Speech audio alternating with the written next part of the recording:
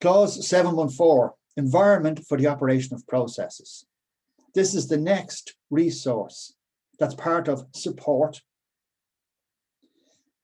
for the management system. Once again, same sentence. The organisation shall determine, provide and maintain the environment necessary for the operation of its processes and to achieve conformity of products and services. So once again, it's for the operation of its processes and achieve conformity of its products and services. It's the environment necessary. It doesn't get into the greater extended environment out there. It's talking here particularly about the environment necessary, right, for its processes and conformity of products and services. Just one sentence, and that seems to be straightforward enough. And then there's a note. And this is where it starts getting much more involved, intense. A suitable environment can be a combination of human and physical factors.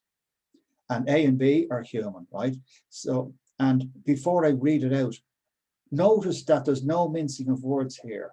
It doesn't state it in the positive or euphemistically or anything else. It calls it out.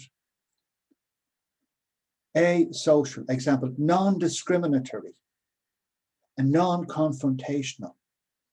And then there's a positive word of calm, what it is. So it talks about discrimination and confrontation. And this is part of the scope of this environment. Psychological, stress reducing, burnout prevention. Again, no mincing of words here. It's called what it is. Stress and burnout. And then positive, again, 1 out of the 3 is positive, just like above. Emotionally protective.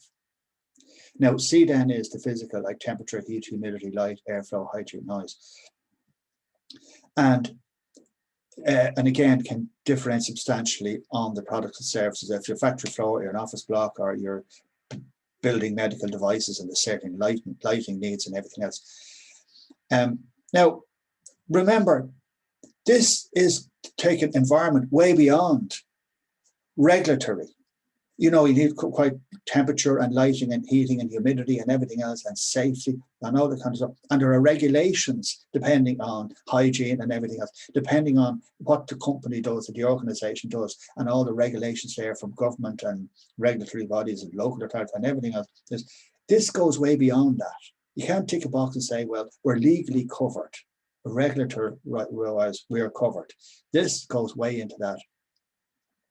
And it's not just because social and psychological are parts of the environment, but if, for example, there's confrontational or discrimination or something else, and there's a court case or something, it takes legal action, and it goes to a tribunal, it could cost a lot of money in penalties or for redress.